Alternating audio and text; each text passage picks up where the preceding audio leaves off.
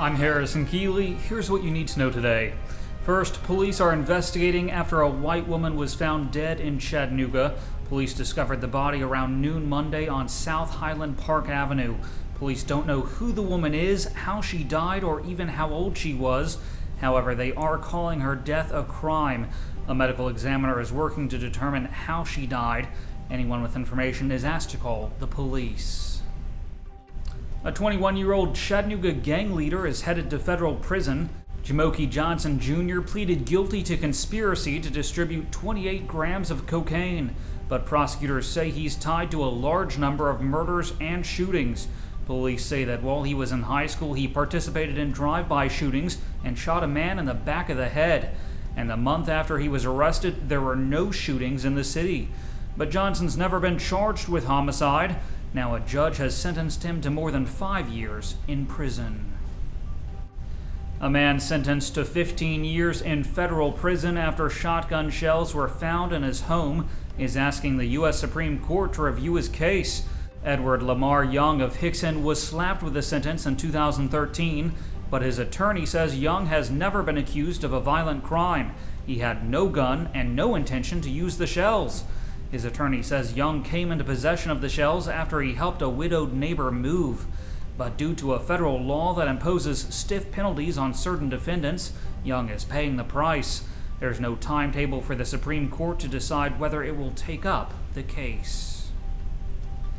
Signal Mountain's football coach is retiring. Bill Price is leaving the field after 172 wins, numerous league titles, and a state championship.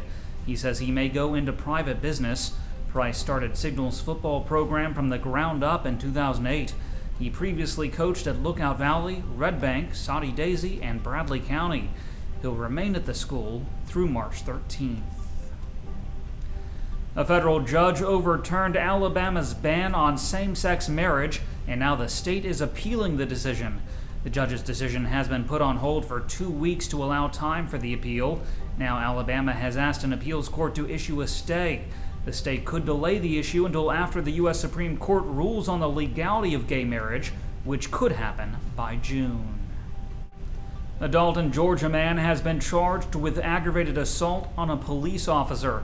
Officers say 49-year-old Ben Broaddus sped through a red light and almost hit a patrol car. And after he was pulled over, he reportedly refused to take a sobriety test and rolled up his window.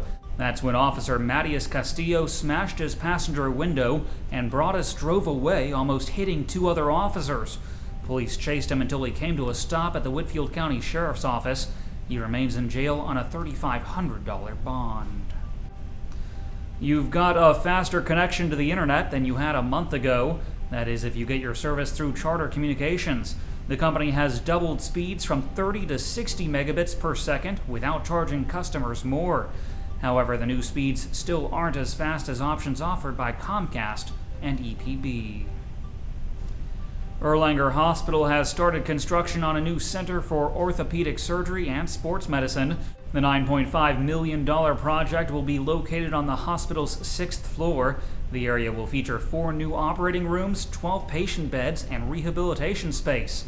The orthopedic area is set to open later this year. Finally, police say a truck carrying drugs smuggled from Mexico has been stopped in Whitfield County. Authorities say the truck failed to stop at a weigh station on I-75 in Catoosa County. The driver, Diego Ocampo-Lasso, has been arrested. Authorities believe he was delivering the drugs to businesses in Tennessee, Georgia, and South Carolina. Turning to weather, today will be cloudy with a high near 46 degrees. The low tonight will be around 27. That's it for today's news. Thanks for being with us. You can find more on these stories and breaking news all day long at timesfreepress.com.